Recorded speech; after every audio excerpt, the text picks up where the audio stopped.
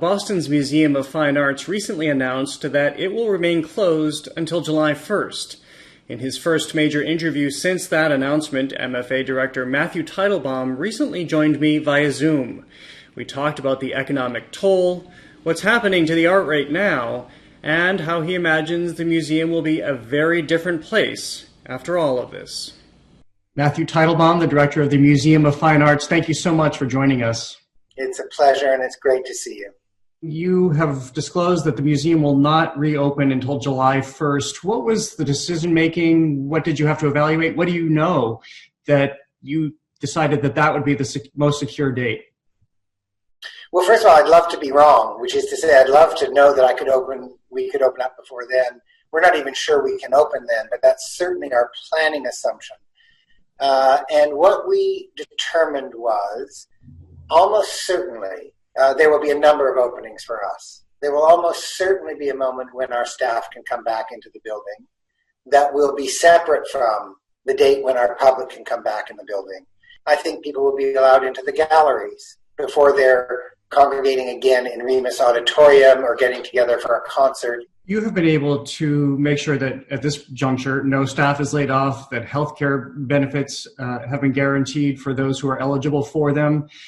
I know there are a lot of people who count on that reliability right now. How were you able to do that?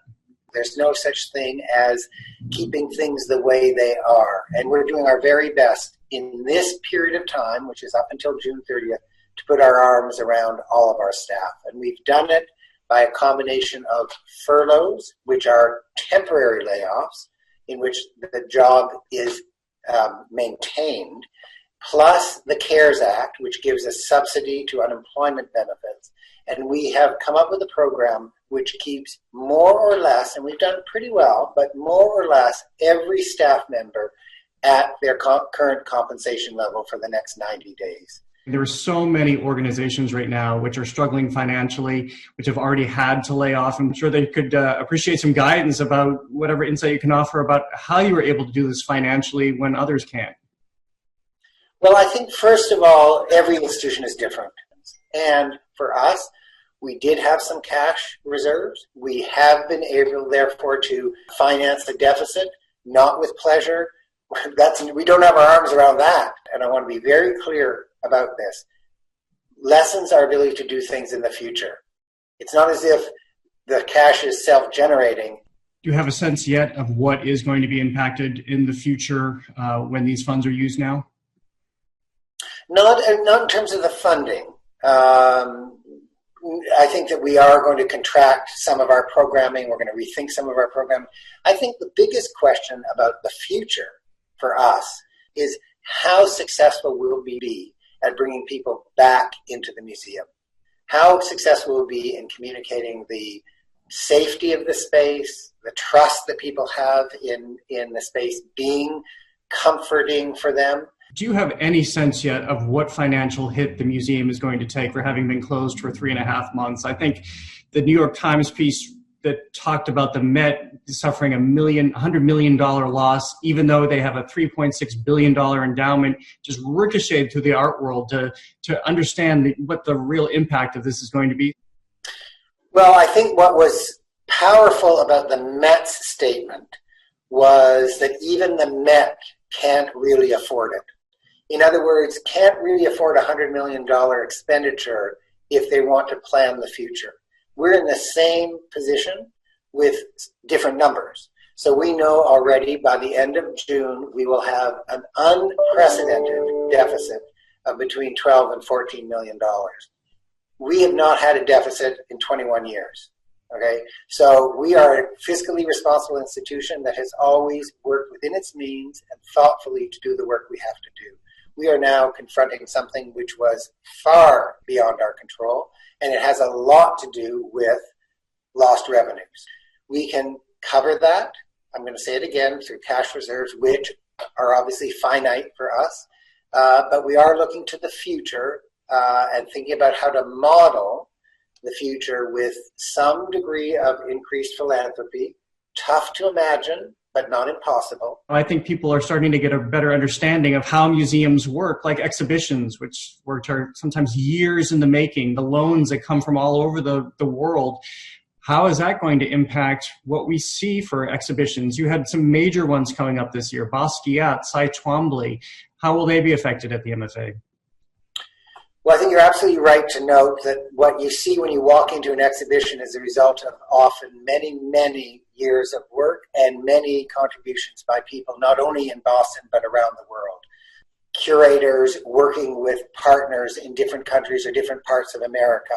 We're currently, as museum directors, for example, talking about what it means to continue our loan program, for works of art. Are we going to be able to get the couriers onto airplanes? Are we going to be feeling safe about sending our works of art to countries where we're not sure when we're going to get them back? By the way, this is reciprocal. I'm not implying anything that is specific to American institutions. It's an international conversation. Certainly Twombly, we're already thinking of doing it in 2 years. We're not going to be able to open it this summer. The Basquiat is a little more complicated. We actually have 80% of the works on site at the moment. We're exploring the possibility of opening it in September. We're exploring the possibility of opening it in the spring. We know that art is very fragile. You need to keep it secure. How are both of those things happening in the midst of a pandemic? Well, our building is pretty much locked down. Lots of security systems, lots of surveillance of space through technology, patrols constantly going throughout the museum. There is a staff on site all the time.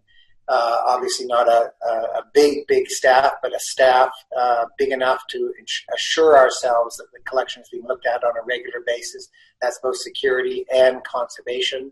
Do you have a sense of what the survival rate is going to be for institutions? We're already seeing major economic tolls and layoffs, and I hear rumblings of people that just think they're not going to survive this. There are many institutions that are deeply dependent on earned revenue.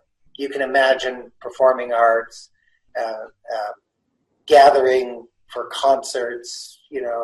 These are business models that rely deeply on the notion of gathering people and admissions and memberships. We are like that. We will be affected significantly, but we're not in the same critical condition. I think we will see on a general level more partnerships, more sharing of resources, and in some cases, I suppose, without knowing anything that anybody's thinking about, we may see some merging of institutions. We may see that.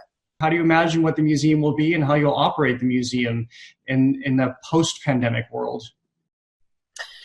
So I think this is the big question. This is the big question. This is the question that sustains long conversations with my colleagues. The real question for us is going to be, how do you gather people in a space? We are a public space. We are an open space. We are a space of gathering. We need to program to ensure people some degree of social distancing, some degree of sharing in a different way, more use of technology to encourage people to share. And we're deep into this on a curatorial level. What are the subjects that people want to engage with? We're actually developing an idea, very early days on this, around the idea of mending and repair. Because there is a great tradition in art, and great artists have dealt with the idea of how you put something back together. And as a metaphor, it's so powerful. And finally, the way I've begun ending these interviews is, what are you looking forward to doing most arts-wise when we're able to be back out in the world again? I am most looking forward to sharing experiences of art with others. There is a certain kind of sharing that's happening at the moment. We're sharing it in this moment. But there's a lack of intimacy. There's a lack of directness. There's a lack of spontaneity. And I think that one of the great things about art is the surprise, is the new understanding, the wonder of it. And I think we're missing that a bit. Well, Matthew Teitelbaum, thank you so much for the update about all that you're confronting at the MFA. We wish you luck. Thank you so much, and I look forward to seeing you and maybe even having a glass of wine together before too long. That is a guarantee. I look forward to it. I have to get out of this house / for now. Keep well, Jared.